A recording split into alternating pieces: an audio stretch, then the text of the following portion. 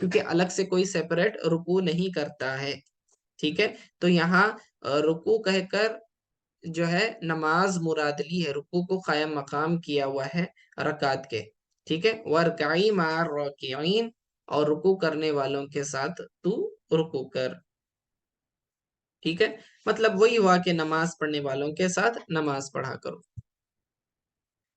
تو آگے اللہ فرماتا ہے ذَلِكَ من انباء الغیب نوحیہ الیک، اے محمد صلی اللہ علیہ وسلم یہ غیب کی خبریں ہیں۔ انباء نبأ ان کی جمع ہے، نبأ ان کہتے ہیں خبر کو، انباء الغیب غیب کی خبریں، ٹھیک ہے؟ تو ذالکا یہ جو باتیں ہیں، کون سی باتیں؟ حضرت زکریا علیہ السلام کی اور بی بی مریم کا جو مذکورہ واقعہ ہے، معاملہ ہے، تو یہ سب غیب کی خبریں ہیں۔ اللہ فرماتا ہے یعنی یہ وہ خبریں ہیں جو آپ کی نگاہوں سے پوشیدہ تھیں۔ اخبار ما غاب عنک، آپ سے جو یہ خبریں پوشیدہ تھیں وہ ہم آپ کی طرف کیا کریں؟ وحی کرتے ہیں۔ نوحیہ الیک، ٹھیک ہے؟ نوحیہ الیک یعنی ہم آپ پر وحی کرتے ہیں، ہم آپ کو خفیہ طور پر بتاتے ہیں، ٹھیک ہے؟ ایک نوحی وحی ان کا ایک معنی ہوتا ہے خفیہ کلام، پوشیدہ کلام۔ تو پوشیدہ کلام کو بھی کیا کہا جاتا ہے؟ وحی کہا جاتا ہے، چونکہ اللہ رب العزت نے یہ پوشیدہ کلام کیا حضرت حضور علیہ الصلوۃ والسلام کے ساتھ، اور غیب کی خبریں سنا دی، تو اس کے لیے کہا نوحیہ الیک، آپ کی جانب ہم اسے وحی کرتے ہیں۔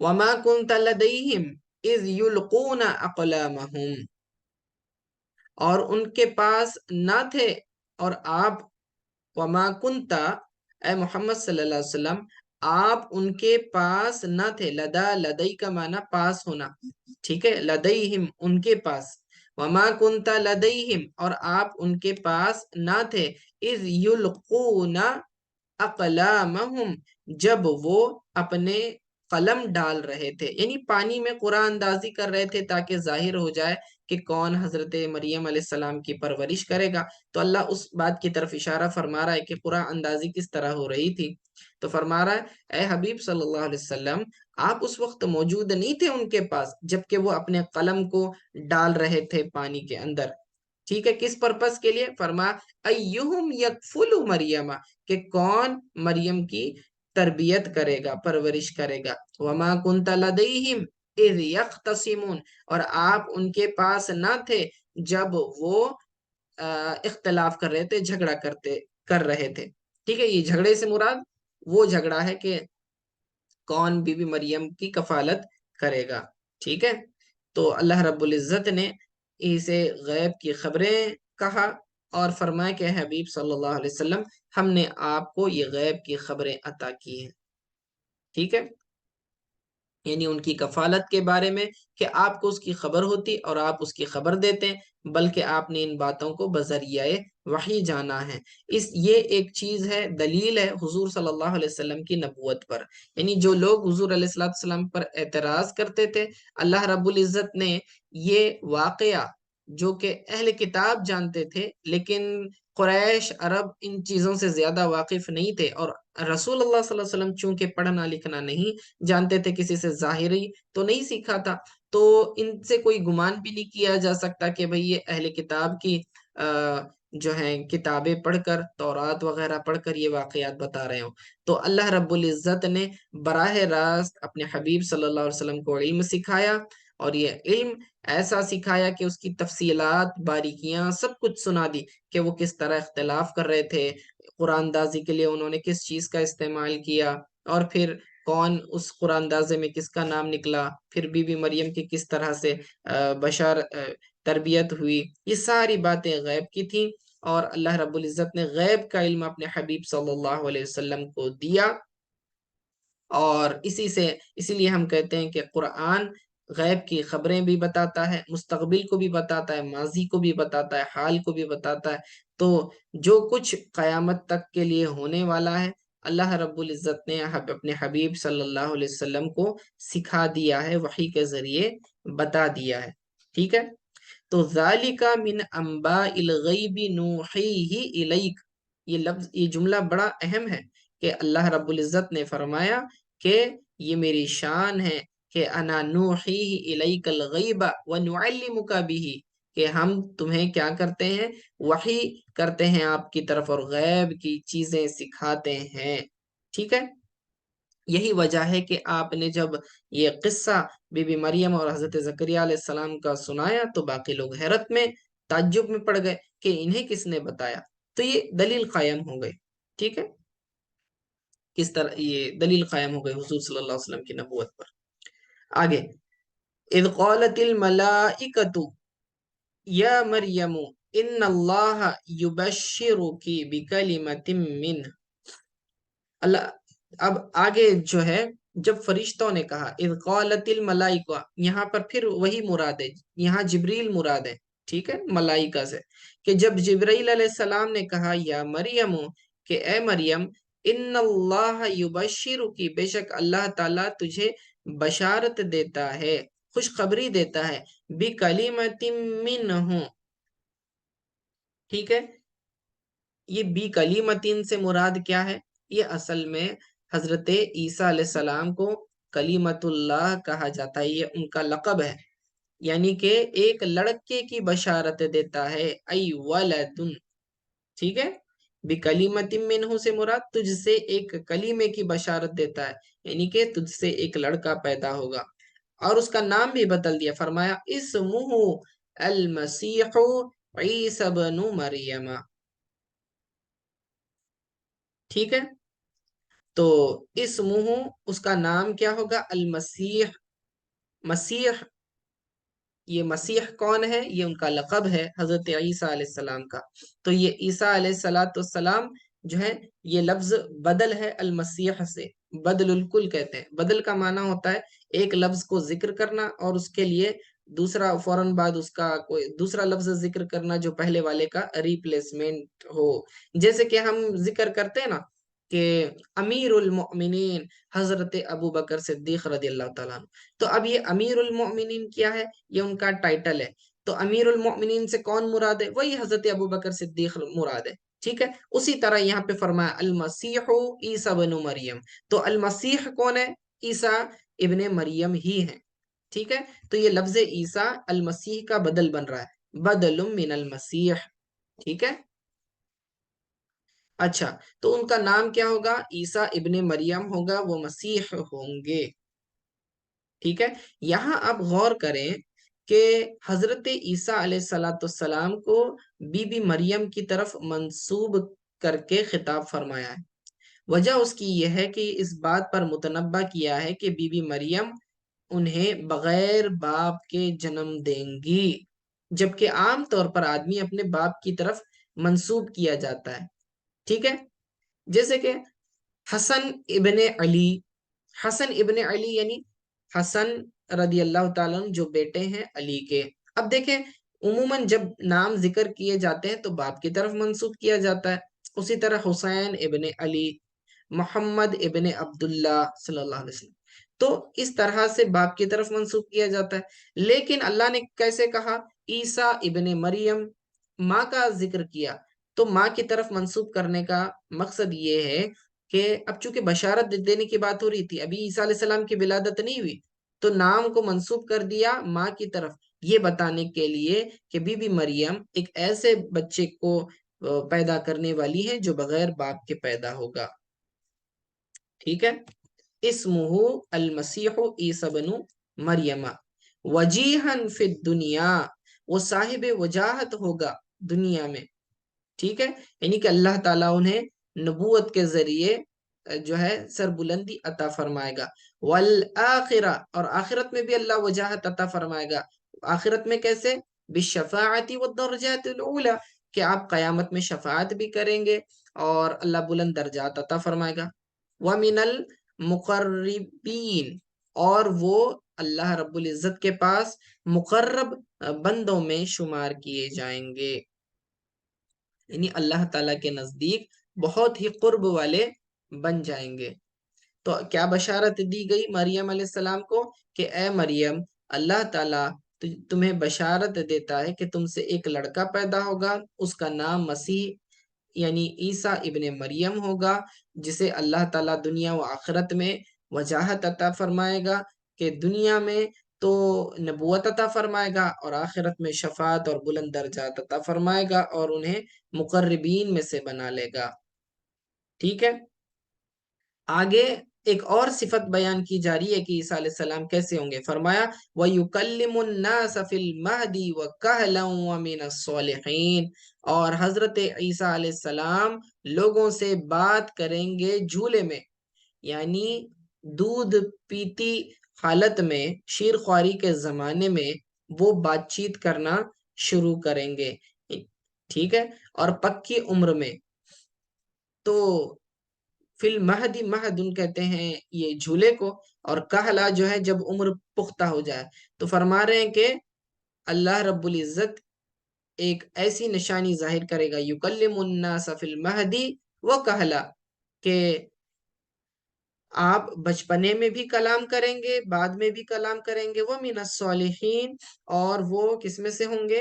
نیک لوگوں میں سے ہوں گے۔ تو یہ ساری بشارتیں دی جا رہی ہیں حضرت مریم علیہ السلام کو۔ اب یہاں سے پھر اللہ رب العزت سے پھر بی بی مریم سوال کرتی ہیں، قالت ربی انا یکون لی ولد، اب وہ یوں کہتی ہیں کہ اے میرے رب، میرے مجھ سے بیٹا کیسے پیدا ہوگا؟ ولم یمسسنی بشر، جبکہ مجھے کسی بشر نے یعنی کہ کسی آدمی نے چھوا نہیں ہے، یعنی کہ میرا نکاح نہیں ہوا ہے، کسی آدمی نے مجھے چھوا نہیں ہے۔ قال الامر کذالک، کہ اللہ فرماتا ہے کہ اسی طرح ہوگا، اللہ یخلق ما یشاء، اللہ جیسے چاہتا ہے پیدا فرماتا ہے۔ تب انشاءاللہ یہ اس کے اوپر مزید کلام کریں گے اگلے درس میں۔ آج کے لیے اتنا کافی ہے، وصلی اللہ تعالی علی خیر خلق محمد وآلہ وصحبہ اجمعین برحمتک یا ارحم الراحمین۔